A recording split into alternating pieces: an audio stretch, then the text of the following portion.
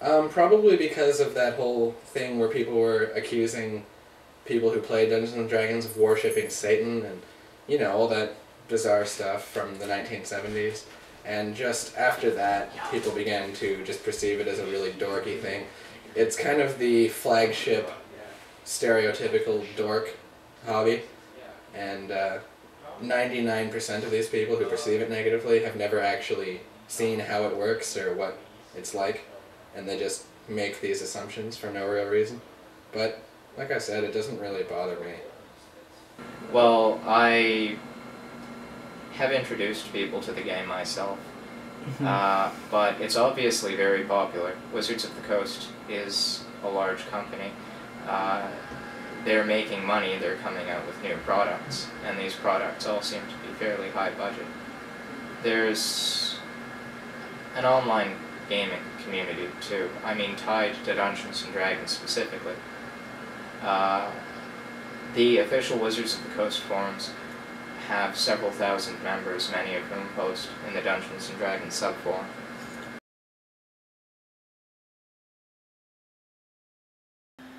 I like spending time with my friends, I like listening to music. Recently I've taken up historical reenacting. American Revolutionary War historical reenacting. I spend a lot of time out of my house, actually. If I'm in my house, I'm usually on the computer making plans to go out. You know, average person things. I go to school, I go to work, I hang out with my girlfriend. I play a lot of video games, because as I said, I do other things that are perceived as dorky, and that's pretty much it. What does a player need, guys?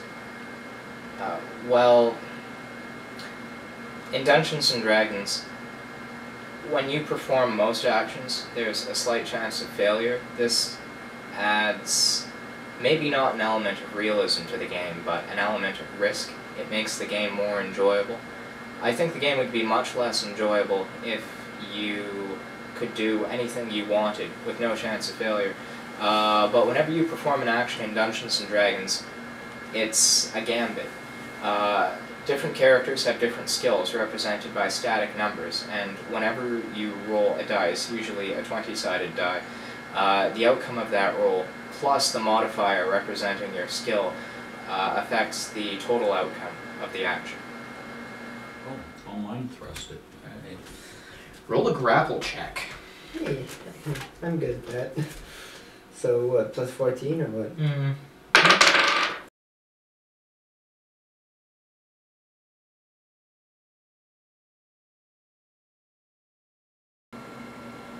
Well, there are pre-made Dungeons and Dragons packages for new players, but more than anything else, I'd suggest that you find a group of more experienced players and ask if you can participate in their game.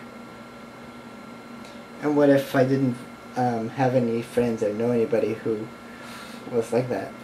Then I'd feel very sad for you. Well, seriously.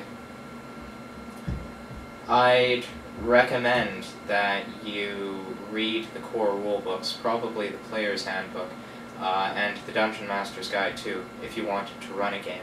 You don't necessarily have to buy them. You can find all of the information contained within those books online on the official Wizards website, or you can generally take the books out from a library.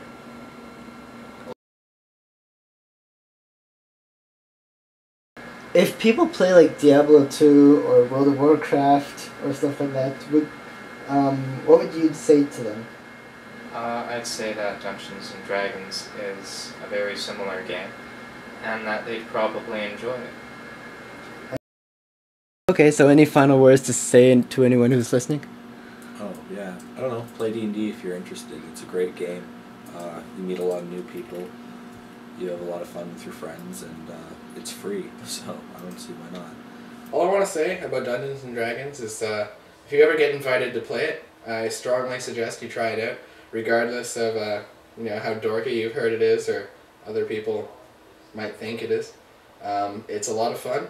There's nothing wrong with doing it. It's no worse than playing any video game or playing a sport even. It's just something to do to keep yourself amused, and it's a lot of fun. It makes you think, and you should give it a shot. Stay in school and don't do drugs. Okay. Thank you very much, William. You're welcome.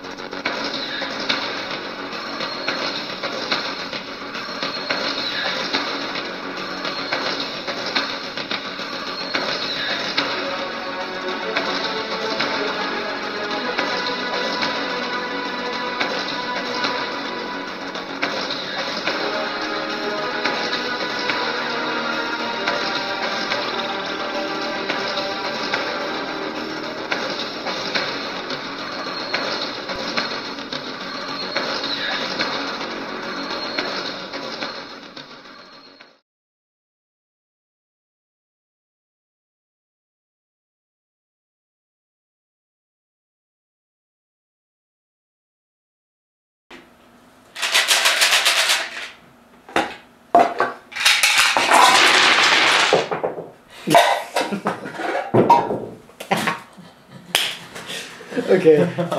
Can we cut that? Yeah. Did anyone buy a wand of cure light wounds? No. There's one advertising slogan that Wizards of the Coast used to advertise their product a couple years ago. It went something along the lines of, if you're going to sit in your parents' basement and pretend to be an elf, you might as well do it with some friends.